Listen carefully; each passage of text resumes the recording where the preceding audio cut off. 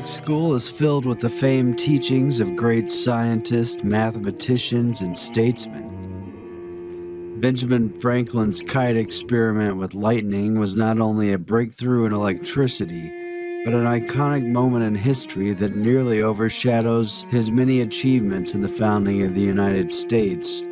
E equals mc squared seems to need no further explanation. It's the most famous formula of the world's most famous physicist. The apple falling onto Isaac Newton's head allegedly inspired his discoveries of gravity, while Newton's 3 laws of motion in turn opened the doors to an age of science. And while Newton takes credit as co-founder of calculus, it is the Pythagorean theorem that is most famous to geometry students, who must prove the properties of triangles and other shapes. But missing from all these textbook teaching moments is anything resembling a full picture.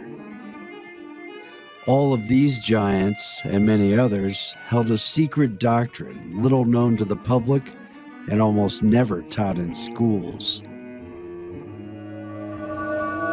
Number 1. Pythagoras.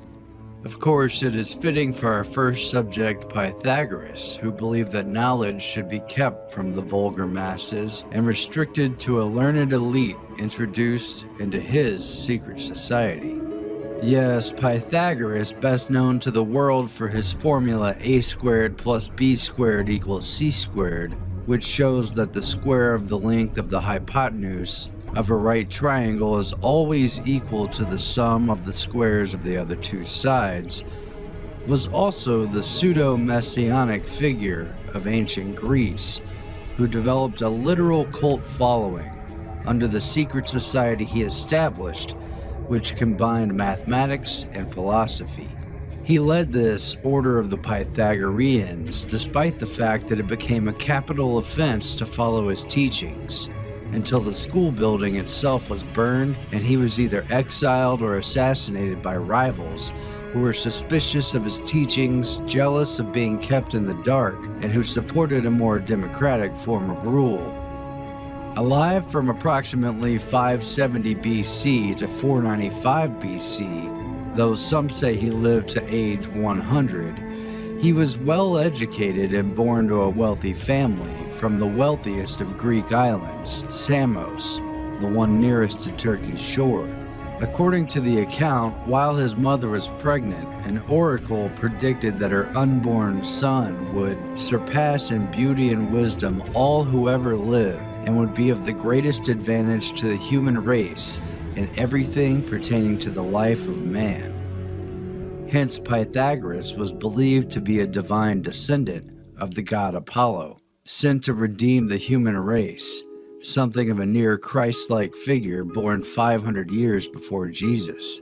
After coming of age, Pythagoras traveled the world and was initiated into secret orders throughout, gathering wisdom from the Brahmins in India, the Hierophants in Egypt, the Persians, the Oracle of Delphi, the Kabbalist and Chaldean Magi, among other initiated priesthoods who harbored ciphers and other, quote, secret symbolic writings.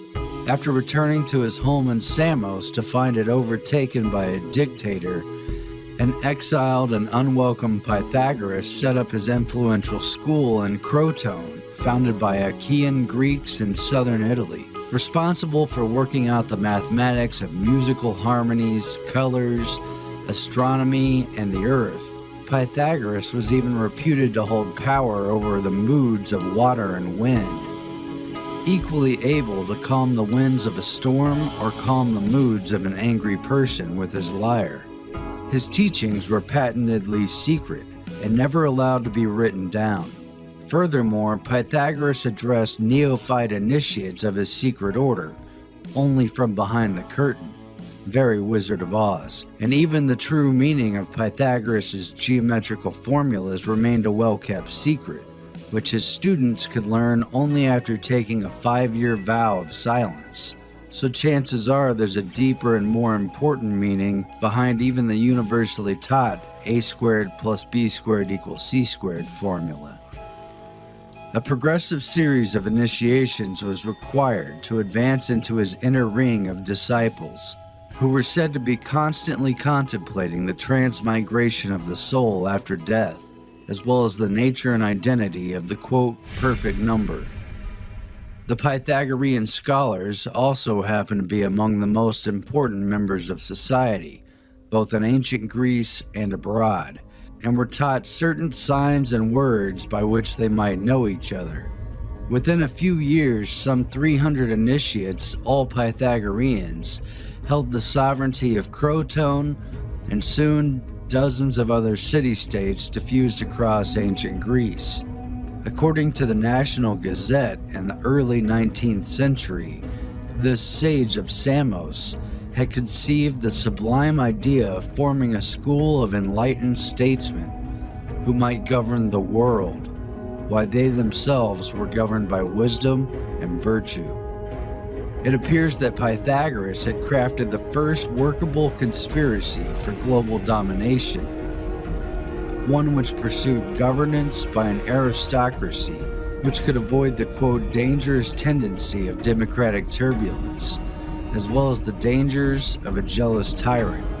But shh, don't tell the kids in school about that one. Many of his secrets have remained untold to history, while others have been passed down through the ages via secret orders, including the Masons and Rosicrucians. Much of what is known about Pythagoras was passed down by Plato, his most famous student, who lived after Pythagoras had already died. And yet, nothing more is said about the man in any kind of textbook, mathematical or otherwise, than his contribution to a simple but sound mathematical formula.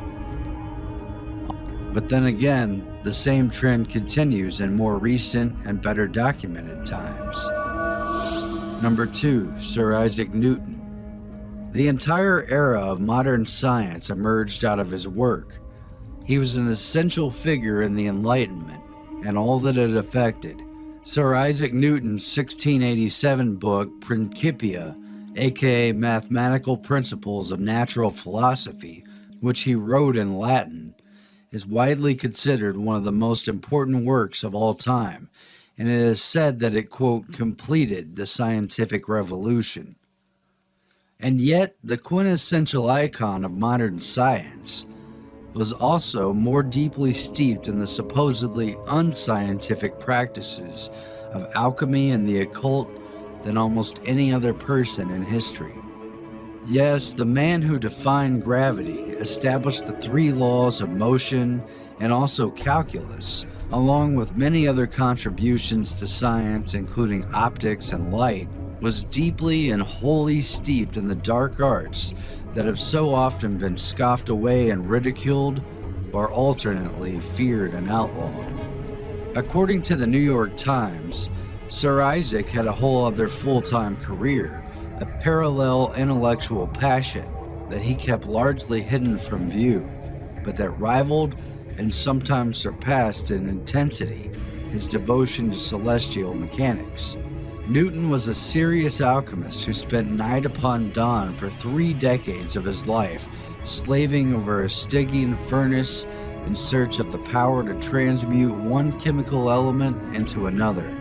Isaac Newton also left behind countless unpublished writings on his true obsessions, including alchemy, a dirty little secret that was technically illegal and potentially discrediting to his legacy. Unsurprisingly, his heirs, both relatives and ideological successors, buried these alchemical writings and sought to conceal this other, complex and easily misunderstood side of Newton for hundreds of years. Loaded with millions of words and endless pages written on controversial and even heretical theological topics, his extensive dabbling in the dark arts and the bizarre codes prompted a consultant to Newton's heirs, who happened to also belong to the Royal Society, to quickly dismiss his writings as unfit for publication, in other words, best covered up and kept from the masses. The vast majority of these papers didn't come to light publicly until socialist economist John Maynard Keynes bought them for his personal collection at auction in 1936, and finally confronted the world with Newton's ties to alchemy. Most of the documents, however, were handwritten copies that Newton made of other people's work. Whether or not he cracked the code in alchemy and transformed man's understanding, as he had in physics and mathematics, remains a mystery. However, certain papers that he left behind shed a curious light on his quest for the Philosopher's Stone. The Chemical Heritage Foundation recently purchased a manuscript written in Newton's hand that it published in full online. As phys.org reports, quote, "What is intriguing about the manuscript is that the main page is a recipe, hand-copied by Newton, that describes a method of creating sulfuric mercury, a supposedly necessary ingredient for making the Philosopher's Stone." Newton then added notes to the text and later apparently turned the document over and used the blank side to write a procedure for subliming lead ore, an endeavor that he apparently worked on for many years, once again as part of his desire to make the Philosopher's Stone. This Philosopher's Stone, the one sought after by mystics and supposedly obtained by the Rosicrucians, could turn base metals into gold and even unlock the secrets of time and immortality. Newton was often publicly accused of belonging to the Rosicrucian order as well as to the Freemasons, as were many others of the elite Royal Society, while Newton was arguably, but unprovably, one such learned initiate. Newton himself was a longtime member of the Royal Society, and later, after achieving fame, became its president for 24 years until his death, apparently obsessed with decoding history's hidden ciphers, sacred texts, and messages. Newton's writings also reveal that he obsessively charted the chronology of the Bible, attempting to decode prophecies and other hidden secrets embedded in the text. Among other interests, he attempted to calculate the date of the apocalypse, which he projected as being not before 2060 and likely not after 2300. We'll see, huh? In particular, Newton apparently believed that Solomon's Temple and other biblical structures contained hidden mathematical codes and cryptic knowledge that he attempted to unveil, just as the Freemasons, Rosicrucians, and other esoteric cults have. Of interest were the sacred geometrical features of Solomon's Temple, which he studied and wrote about over a 50-year period of his life. For Newton, the Bible was encoded with mathematical problems related to the formula for pi, the Earth's dimensions, and a cryptic mathematical blueprint for just about everything, which corresponded with a detailed chronology of Hebrew history and promised to reveal the elusive measurement of the, quote, sacred Hebrew cubit. As scholar Tessa Morrison explained, Isaac Newton determined that Solomon's Temple was constructed in, quote, divine proportions, square, symmetrical, and laid out to a celestial plan. Newton felt that just as the writings of ancient philosophers, scholars, and biblical figures held unknown sacred wisdom, the same was true of their architecture, which he believed these men used to hide their knowledge, in a complex code of symbolic and mathematical language.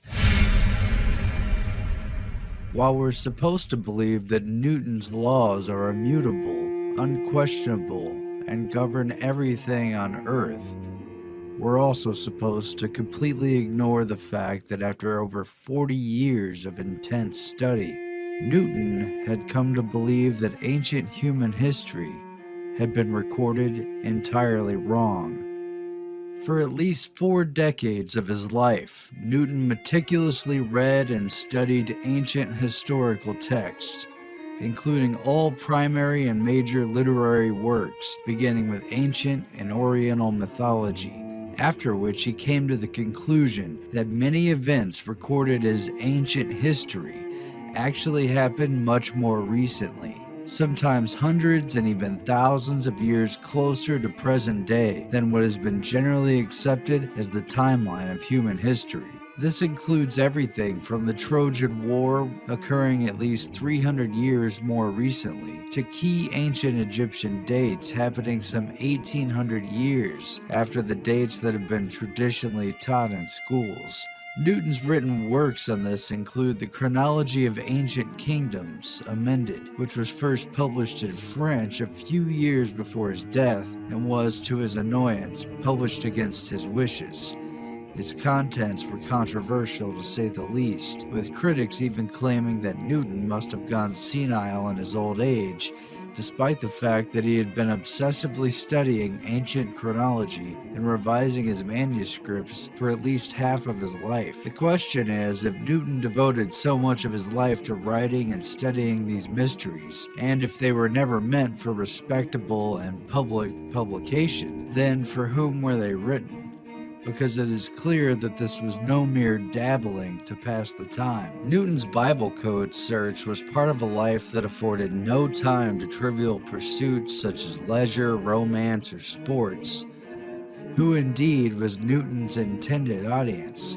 Was there a secret patron for this darker side of his scientific and mathematic arts? Meanwhile, Newton's long presidency of the Royal Society also overlapped his 3 decades at the helm of the Royal Mint, which was more interesting than it sounds, especially since his appointment to the position was intended to be largely a cushy job in name only, but was instead taken deadly serious by Newton. In many ways an extension of alchemy, Newton oversaw England's Great Recoinage of 1696, a comprehensive move to turn in and replace the worn-down silver and gold coins that were in circulation, many of which were commonly clipped around the edges, an illegal practice that reduced the weight and therefore the value, which was of particular importance since the bullion weight of the coins was already worth more in foreign markets than the face value of the coin anyway. The recoinage was a priority as the Bank of England, privately owned like the Federal Reserve, had been established just 2 years prior in response to the debts accumulated after England's failed war with France. Newton, the hard-nosed warden of the mint, examined the coins turned in and found that about 20% of the nation's money was counterfeit, setting Newton off on an undercover investigation wherein he became deputized in various local counties as a justice of the peace, while posing as a local in order to interrogate hundreds of witnesses at taverns, bars, and other public centers about illegal coining practices in order to gather enough evidence for what was otherwise a rather difficult prosecution to pursue. In the end, Newton saw some 28 counterfeiters convicted. As this crime was considered high treason, it was punishable by death, in a barbaric and elaborate ritual of public execution that involved hanging, drawing, and quartering the victim, wherein the punished individual was drawn by horse on a wooden panel, hung almost to the point of death, and afterwards the body was emasculated, disemboweled, beheaded, and then quartered, that is, cut into 4 pieces. Quite a price to pay for a common financial crime, and quite great lengths that Newton took in order to see things through. Mark Ratner, a materials chemist at Northwest University, told the New York Times, quote, "He was brutal. He sentenced people to death for trying to scrape the gold off of coins. Make no mistake about it," said Dr. Ratner, "he was not a nice guy." What his papers also reveal is the formal scientific knowledge he presented to the public in his books did not include discussion of the process by which Newton derived his knowledge. Apparently, he just didn't want people to know anything about the math work or the philosophy behind it, other than the conclusions, in many cases taken literally as scientific law. As Wired magazine reported, quote, "He didn't leave any working pages of the first edition of the Principia, just a clean copy that he sent to the printer when he was finished." The Principia went through 3 editions, and there were many drafts between 1 and 2 and 2 and 3. They showed a lot, but he actually covered up his methods in the published works. He presented the discoveries of optics in a formal language that covered up the traces of the hard work that one assumes went into it. And it's because Newton didn't want people to know how he had come to his knowledge. I think that might relate to his religious beliefs regarding anti-Trinitarianism. He believed that there was an elite cadre of people that were given the truth of religion, and the vulgar masses weren't strong enough. End quote. So ultimately, Newton, a trusted knight of the crown and a scion of establishment science, held the same view as Pythagoras, that the truth should be confined to a chosen few who've proven themselves worthy, and everyone else be damned.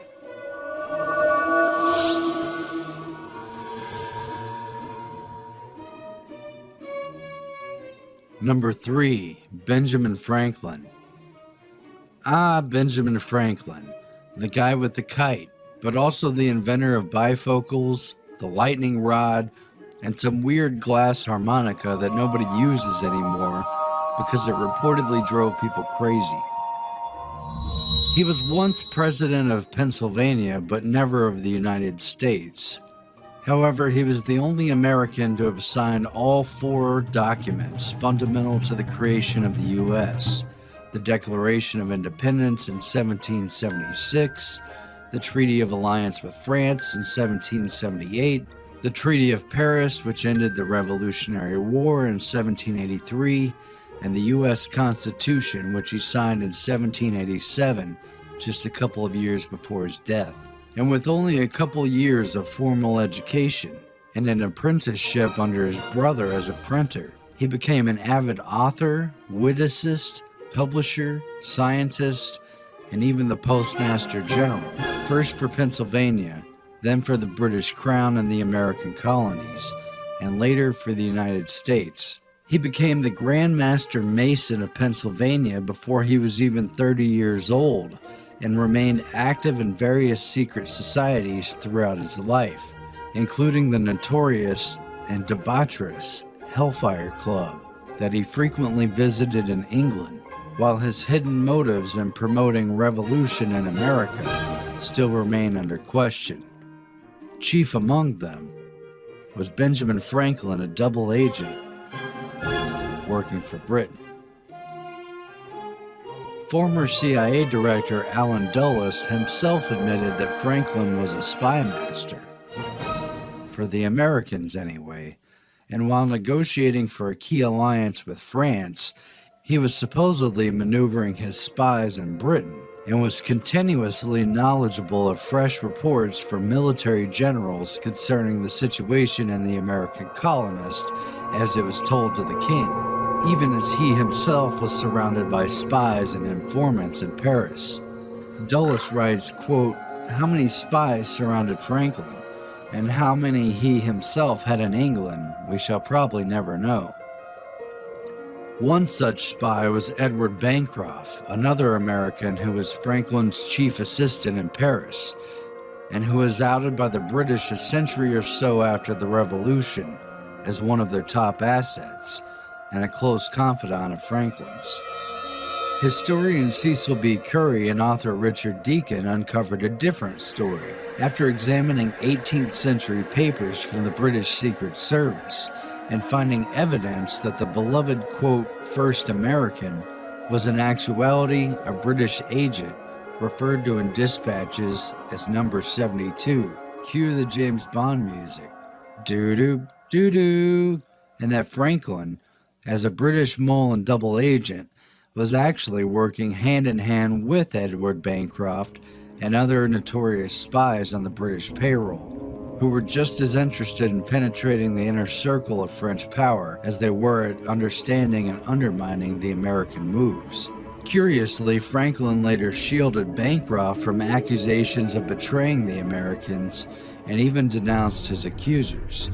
Moreover, Richard Deacon alleges that the Hellfire Club, to which Franklin belonged and frequently attended during his extensive time in Europe, was more than just a secret society orgy site for wealthy rakes that met underground in a cave beneath a church where they conducted mock satanic rituals and wore monk robes and masks while cavorting with prostitutes who called themselves nuns. The Hellfire Club was also cover for meetings between British spies and a secret weapon of British intelligence, which may partially explain the presence of the famed American scientist and diplomat, who was reportedly known there as Brother Benjamin of Cookham. The leader of the Hellfire Club, Sir Francis Dashwood, at one time Britain's Chancellor of the Exchequer, as well as its Postmaster General, was also implicated as a spy and was a close confidant of Brother Benjamin, who not only stayed with Dashwood at his residence,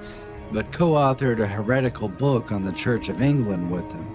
Dashwood reportedly boasted in his later years that, quote, Brother Benjamin of Cookham remained our friend and secret ally all the time he was in the enemy camp, unquote. Another one of Franklin's close associates and fellow Hellfire Club members was the notorious French diplomat and spy Chevalier d'Aon de Beaumont, an androgynous man who frequently dressed, apparently convincingly, as a woman and even infiltrated the Russian court, successfully becoming lady-in-waiting to Empress Elizabeth.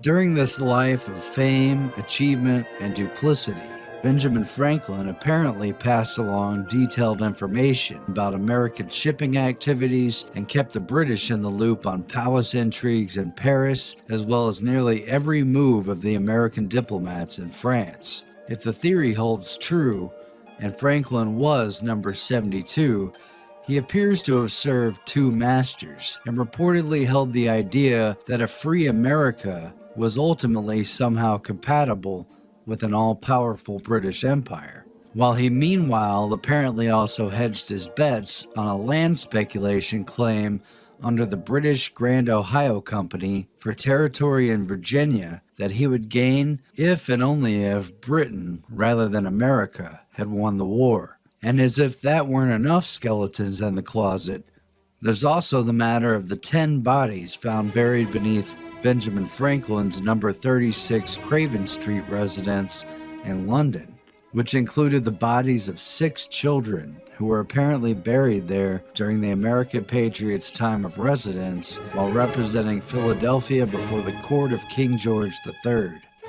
Modern history, however, has vouched for the Founding Father by attributing the macabre scene to his roommate, Dr. William Hewson, an anatomy student and, like Franklin, a member of the Royal Society, who apparently set up a lab in the basement while examining cadavers surreptitiously obtained from local cemeteries, which were already dead when they arrived at his former residence.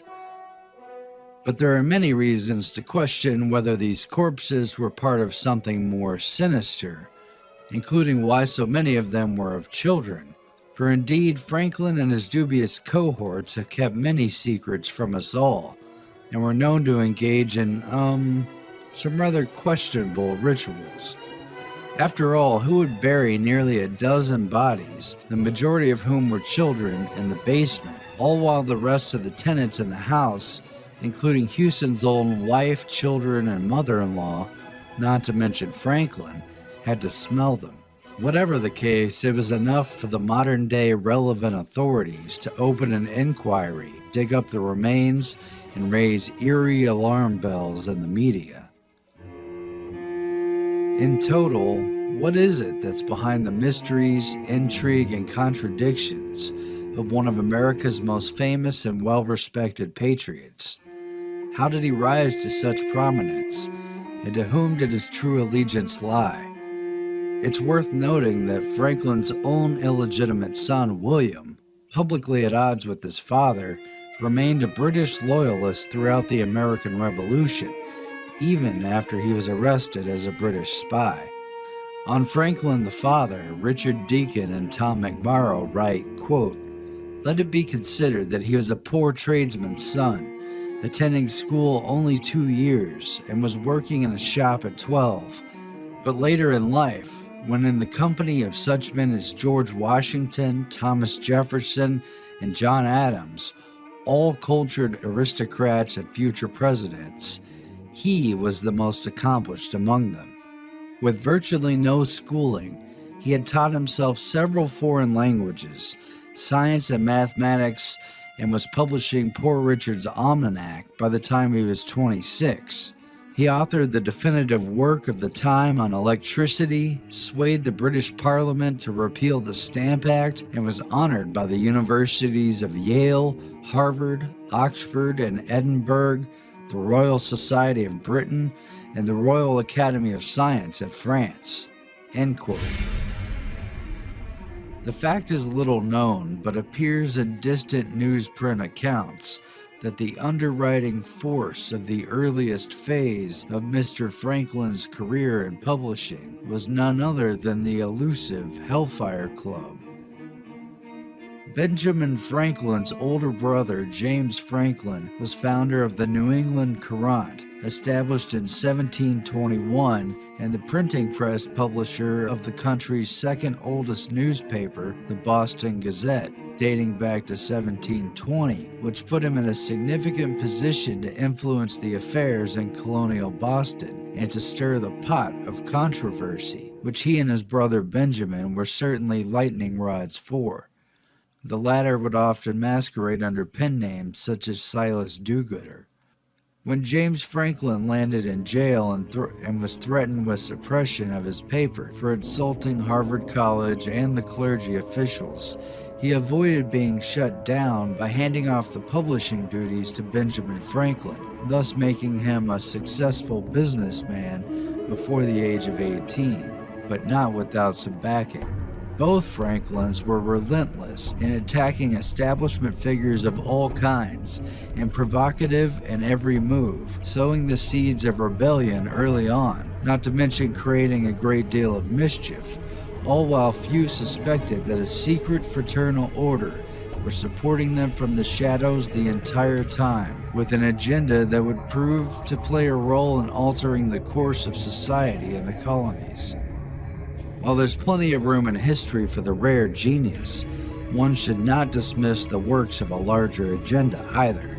It appears that the ciphers, secret dispatches, and even hidden ink messages were a staple of Franklin's life, and not merely the part of the plot of a Nicolas Cage American Treasure movie. How does that account resonate with the patriotic fervor of the 4th of July or the quaint accounts of Franklin as a lovable, witty, and jolly elder statesman that all Americans feel in the course of their bloodstream? Of course, such a man as this is too much a giant of history to question, and too nuanced to pick apart. Number 4, Albert Einstein. Even Albert Einstein, the 20th century's most famous and celebrated scientist, had his ties to the occult.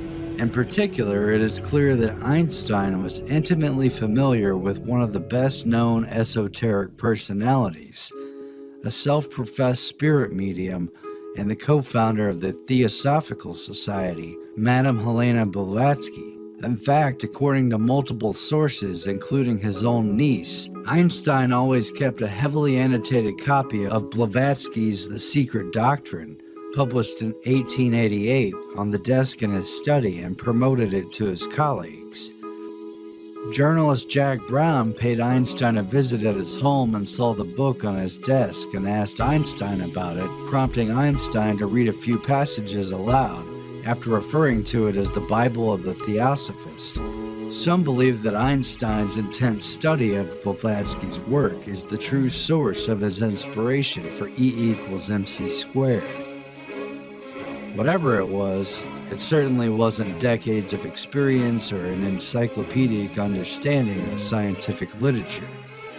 Einstein was only 26 years old in 1905 when he wrote his Annus Mirabilis papers, a miracle year during which he not only derived the infamous E=mc² theorem, but during which he also published 5 key articles that would contribute substantially to what is today modern physics and completely changed scientific history. During what was considered his most productive year ever, he came up with the theory of special relativity, mass energy equivalence, from which E equals mc squared is derived. He analyzed Brownian motion of microscopic particles in liquid and figured out the photoelectric effect, which was the paper that eventually won him the Nobel Prize in 1921.